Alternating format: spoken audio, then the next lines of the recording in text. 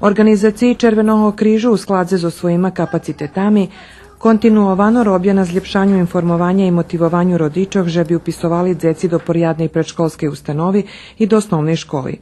U prostorijoh Červenog križu u Verbaše 3 raz u tižnju organizovane druženje so dzecmi i rodičami.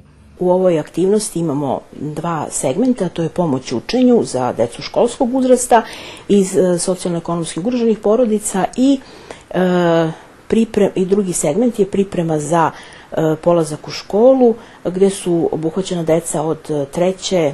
pa do 6. godine. Ima čak i beba koje dolaze ovde, dobijaju doručak, igraju se, radimo sa njima neke aktivnosti, pripremaju se za školu, imamo čak i učiteljicu koja je odnedavno ovde, pa onda deca koja su malo starija, to je koja idu u školu, koja ovde dovode braću i sestru, ona idu sa učiteljicom u drugu prostoriju i tamo im učiteljica pomaže oko domaćih zadataka. Projekt Tirva Dzešec Roki i toho roku do njo uključeni 30 dzeci.